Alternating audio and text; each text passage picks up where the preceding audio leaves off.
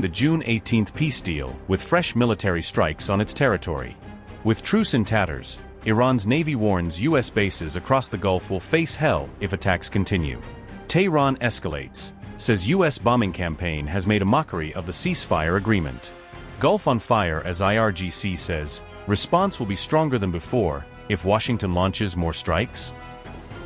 What matters is that whatever action the enemy takes, we have responded and we will continue to respond.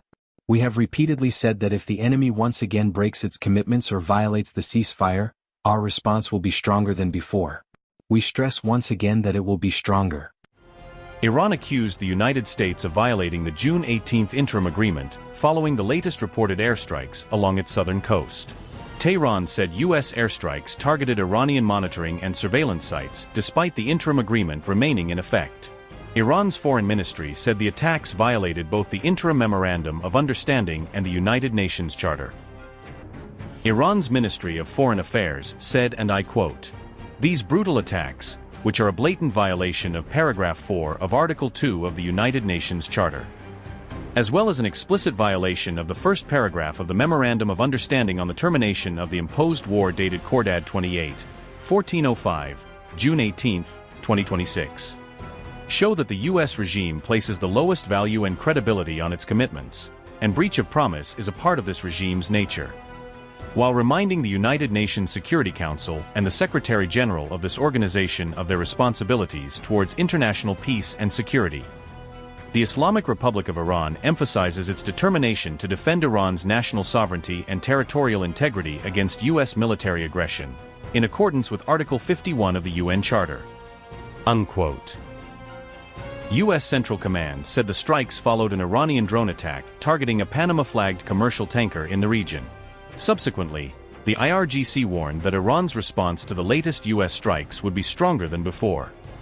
Both Washington and Tehran have repeatedly accused each other of violating the interim agreement since it came into force.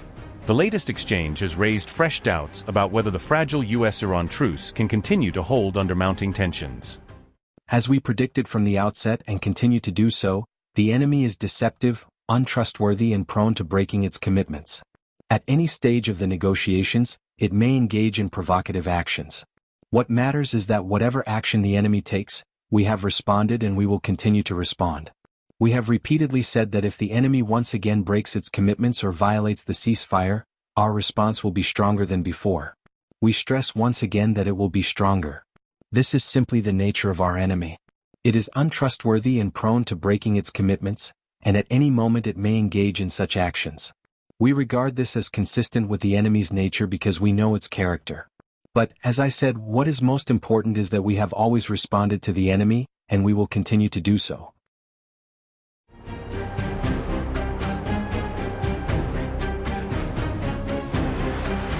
Mujtaba wastes no time punishing Trump's forces after Tehran alleges the ceasefire was violated. Fresh panic after Iran fires missiles and drones at US-linked military targets across the Gulf region. Explosions rock Bahrain. Air defenses engage missiles and drones over neighboring Kuwait. US and Bahrain claim they shot down 9 Iranian attack drones during the latest regional escalation. Iran retaliates hours after US airstrikes targeted military facilities in southern Iran. Trump ordered the latest strikes on Iran, citing what Washington called repeated ceasefire violations. US forces hit Iranian missile, drone, and coastal radar positions in coordinated operations. Explosions shake Keshem Island and southern Iran as US raids target strategic CENTCOM says strikes targeted air defenses, drones, and naval mine-laying infrastructure. US said op followed Iranian drone attack on a commercial tanker near the Strait of Hormuz. Trump threatens Iran. Islamic Republic may no longer exist if attacks continue against US interests. Donald Trump said, and I quote, "United States aircraft just struck Iranian missile and drone storage locations and coastal radar sites for violating the ceasefire agreement again. It is very possible that they will never learn.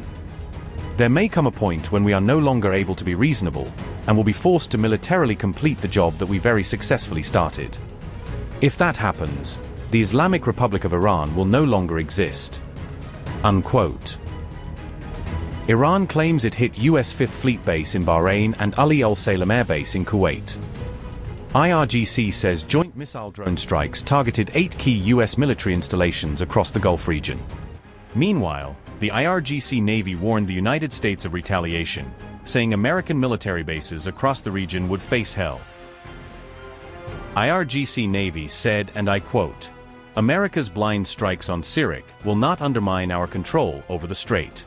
But our strikes against violators serve as a reminder to other vessels of the proper route for safe passage. As for U.S. bases in the region, that is a separate matter. They will experience hell in the days ahead."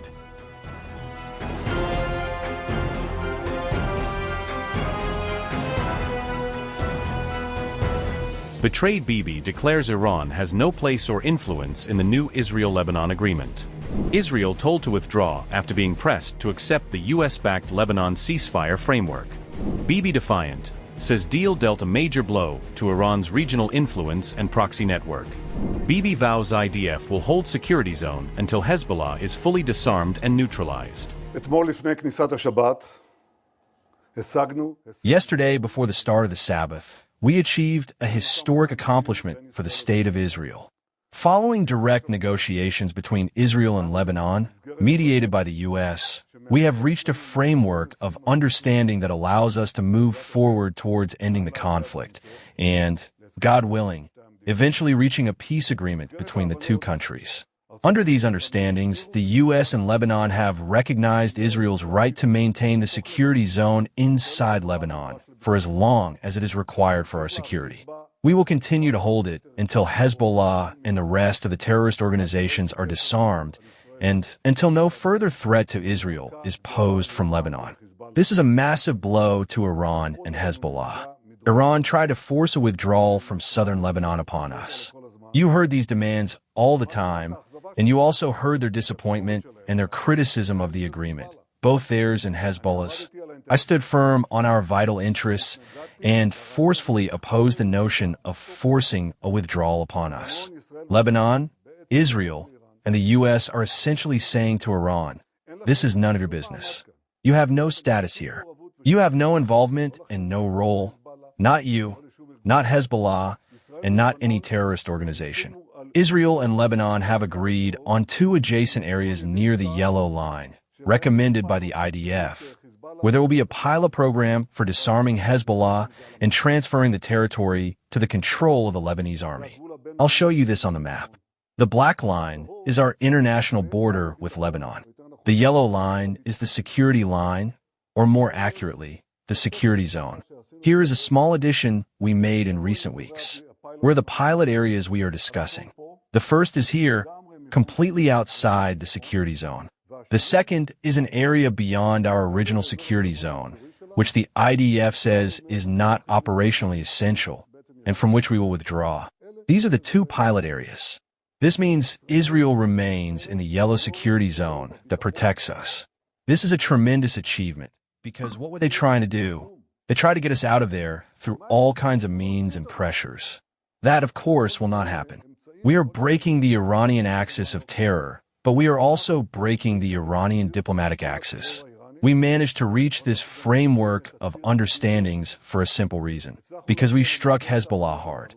And Hezbollah, which expected assistance from Iran, did not receive it because we struck Iran hard.